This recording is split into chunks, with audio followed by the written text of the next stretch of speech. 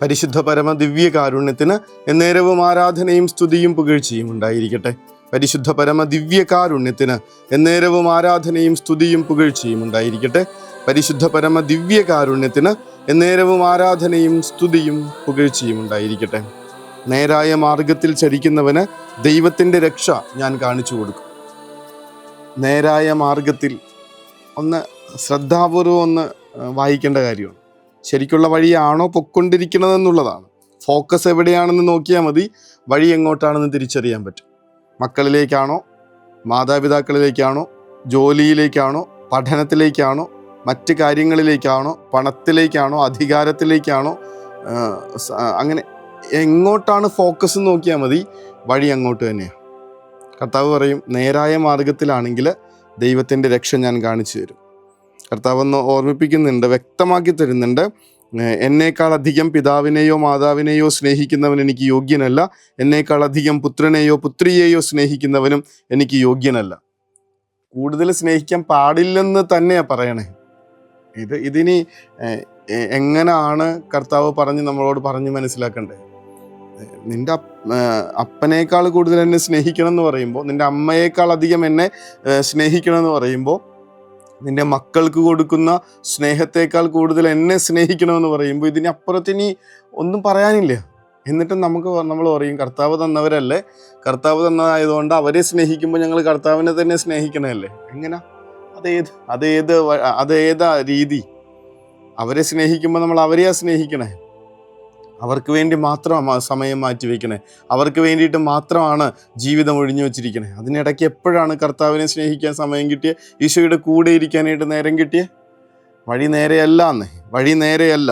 നേരായ മാർഗത്തിൽ ചരിക്കുന്നവന് ദൈവത്തിൻ്റെ രക്ഷ ഞാൻ കാണിച്ചു കൊടുക്കും. സമാധാനമില്ലാതെയും സ്വസ്ഥതയില്ലാതെയും ജീവിച്ചുകൊണ്ടിരിക്കുമ്പോൾ ആലോചിച്ച് നോക്കണം, എവിടെയായിരുന്നു ഫോക്കസ്? ഇത്രയും കാലം പണം സമ്പാദിക്കാൻ വേണ്ടി ഓടി നടന്ന നേരത്ത്, ഗൾഫ് രാജ്യങ്ങളിൽ ഇങ്ങനെ പോയ നേരത്ത് ആളോട് ചോദിക്കുമ്പോൾ പുള്ളി പറയാ, അച്ഛാ അവിടെ ഒന്നും കുർബാന ഉണ്ടായിരുന്നില്ല. ഇവിടെ കുർബാനയ്ക്ക് ഉണ്ടല്ലോ, എന്തോരം ദൂരം ഓടണം അച്ഛാ, എത്ര ദൂരം ഓടണം?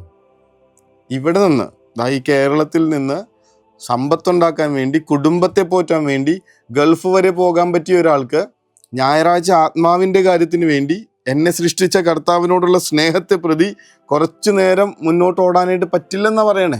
ഞായറാഴ്ചയോ വെള്ളിയാഴ്ച ഏത് ദിവസം ആയിക്കോട്ടെ. പിന്നെ എങ്ങനെ നമ്മൾ കർത്താവിനെ സ്നേഹിക്കണമെന്ന് പറയണേ? എന്നേക്കാൾ അധികം പിതാവിനെയോ മാതാവിനെയോ സ്നേഹിക്കുന്നവൻ എനിക്ക് യോഗ്യനല്ല, എന്നേക്കാൾ അധികം പുത്രനെയോ പുത്രിയെയോ സ്നേഹിക്കുന്നവനും എനിക്ക് യോഗ്യനല്ല. എല്ലാം കർത്താവ് തന്നത് കൊണ്ട് മാത്രം. ഈശോ തന്ന ഭർത്താവാ, ഈശോ തന്ന ഭാര്യ, അതുകൊണ്ട് ഞാൻ സ്നേഹിക്കണം.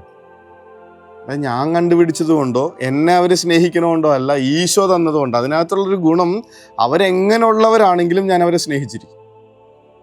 നേരെ മറിച്ച് ഞാൻ കണ്ടുപിടിച്ചവരാണെങ്കിൽ, അവരെന്നെ സ്നേഹിക്കുന്നവരാണെങ്കിൽ, ഞാൻ കണ്ടുപിടിച്ച ചോയ്സ് തെറ്റിപ്പോയല്ലോ എന്നോർത്ത് റിഗ്രറ്റ് അടിച്ച് കിടക്കണ കുറേ പേരെ കണ്ടിട്ടുണ്ട്. അവരെന്നെ സ്നേഹിക്കുമ്പോൾ ഞാൻ സ്നേഹിച്ചിരുന്നു, പക്ഷേ ഇപ്പോൾ അവർക്ക് സ്നേഹമില്ല, അവർ അവിശ്വസ്തരാണെന്നൊക്കെ പറഞ്ഞ് മാറിപ്പോകുന്നവരെ കണ്ടിട്ടുണ്ട്. കർത്താവ് തന്നവരാണെങ്കിൽ സമാധാനത്തിൽ ജീവിക്കാൻ പറ്റും. നേരായ മാർഗത്തിൽ ചരിക്കുന്നവന് ദൈവത്തിൻ്റെ രക്ഷ ഞാൻ കാണിച്ചു കൊടുക്കും. കർത്താവെ, നിന്നേക്കാൾ അധികം ഒരാളെയും ഒന്നിനെയും സ്നേഹിക്കാതിരിക്കാനായിട്ടുള്ള കൃപ തരണമേ എന്ന് പത്രോസ്ലീഹയെ കർത്താവ് ഇങ്ങനെ ഉരുക്കി വാർക്കുന്നത് അവിടെ കാണണം നമ്മളെ.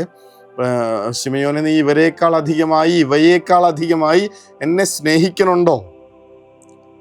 കർത്താവിനേക്കാൾ അധികം സ്നേഹിച്ചു പോയൊരു മനുഷ്യനാണ് പത്രോസ്ലീഹ. നമുക്കറിയാം, പലവട്ടം ധ്യാനിച്ചതാണ്. സ്വന്തം ജീവനെ സ്നേഹിച്ച ഒരാൾ, ഈശോ ഇങ്ങനെ ഒറ്റിക്കൊടുത്തിട്ടാണെങ്കിലും സ്വന്തം ജീവിതം രക്ഷിക്കാനായിട്ട് തത്രപ്പാട് നടത്തിയ ഒരാൾ, തമ്പുരാനെ മറ്റെല്ലാത്തിനും മുകളിലായിട്ട്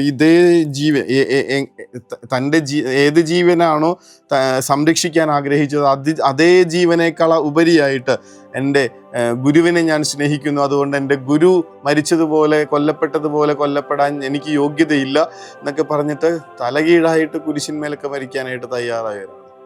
കർത്താവിനെ മറ്റെല്ലാത്തിനേക്കാളും ഉപരിയായി സ്നേഹിച്ചു തുടങ്ങിയതിൻ്റെ അടയാളമായി ഒരിക്കലും മായാത്ത 2 കണ്ണീർപ്പാടുകൾ അയാളുടെ കണ്ടടങ്ങളിൽ. ചെയ്തു പോയ തെറ്റിന് മാപ്പപേക്ഷിച്ചുകൊണ്ട് പിന്നീട് എല്ലാ കാലവും ആദ്യത്തെ പാപ്പ കരഞ്ഞിരുന്നു എന്ന് പറയണേ.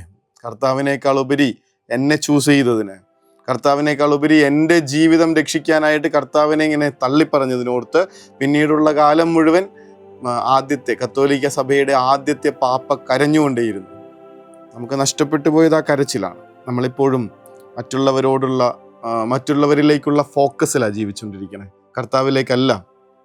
തമ്പുരാനെ, അങ്ങയെ സ്നേഹിക്കാൻ, അങ്ങയെ മാത്രം മറ്റെല്ലാവരേക്കാൾ അധികം സ്നേഹിക്കാൻ ഞങ്ങളെ സഹായിക്കും. ഈശോയെ സ്നേഹിക്കുന്ന ഒരാൾ ഓട്ടോമാറ്റിക്കലി മറ്റുള്ളവരെ സ്നേഹിച്ചു തുടങ്ങും. ദൈവത്തിനിടമുള്ള മനസ്സിൽ കുഞ്ഞിനിടമുണ്ടാകുന്നു, മാതാപിതാക്കൾക്ക് ഇടമുണ്ടാകുന്നു, പഠനത്തിനിടമുണ്ടാകുന്നു, ജോലിക്കിടമുണ്ടാകുന്നു. പക്ഷേ കുഞ്ഞിന് മാത്രം ഇടമുള്ള മനസ്സിൽ നിന്ന് ദൈവം പുറത്താകുന്നു.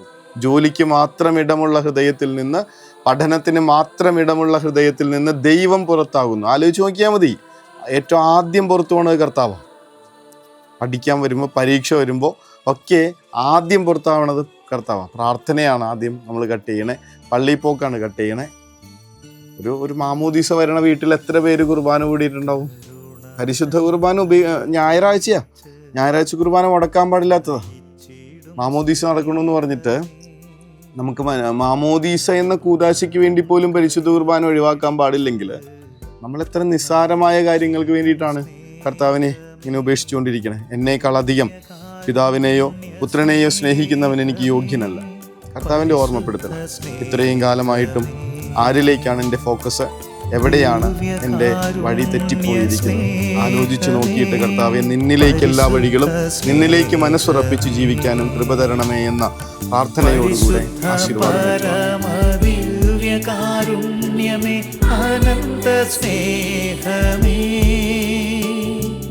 പരിശുദ്ധ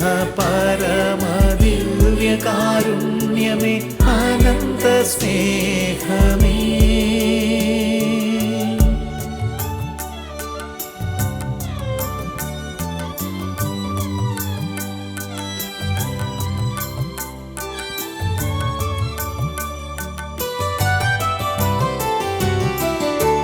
പരിശുദ്ധ പരമ ദിവ്യകാരുണ്യത്തിന് എന്നേരവും ആരാധനയും സ്തുതിയും പുകഴ്ചയും ഉണ്ടായിരിക്കട്ടെ. പരിശുദ്ധ പരമ ദിവ്യകാരുണ്യത്തിന് എന്നേരവും ആരാധനയും സ്തുതിയും പുകഴ്ചയും ഉണ്ടായിരിക്കട്ടെ. പരിശുദ്ധ പരമ ദിവ്യകാരുണ്യത്തിന് എന്നേരവും ആരാധനയും സ്തുതിയും പുകഴ്ചയും ഉണ്ടായിരിക്കട്ടെ. കർത്താവ്, ഈ രാത്രിയിൽ ഉറങ്ങുമ്പോൾ മറ്റൊന്നിനെക്കുറിച്ചും ഒരാളെക്കുറിച്ചും ചിന്തയില്ലാതെ നിന്നെ മാത്രം ധ്യാനിച്ച് കിടന്നുറങ്ങാനും മാത്രമുള്ള സ്നേഹം, എൻ്റെ ആദ്യത്തെ ഓർമ്മയും ആദ്യത്തെ ചിന്തയും അവസാനത്തെ ഓർമ്മയും കർത്താവ് മാത്രമായിരിക്കട്ടെ. ആമേൻ. കരുണതൻ കയർ പിടിച്ച് നയിച്ചിടും സ്നേഹമേ, ദിവ്യകാരുണ്യ സ്നേഹമേ, പരിശുദ്ധ സ്നേഹമേ. പരിശുദ്ധ പരമദിവ്യകാരുണ്യമേ, അനന്ത സ്നേഹമേ. പരിശുദ്ധ പരമദിവ്യകാരുണ്യമേ,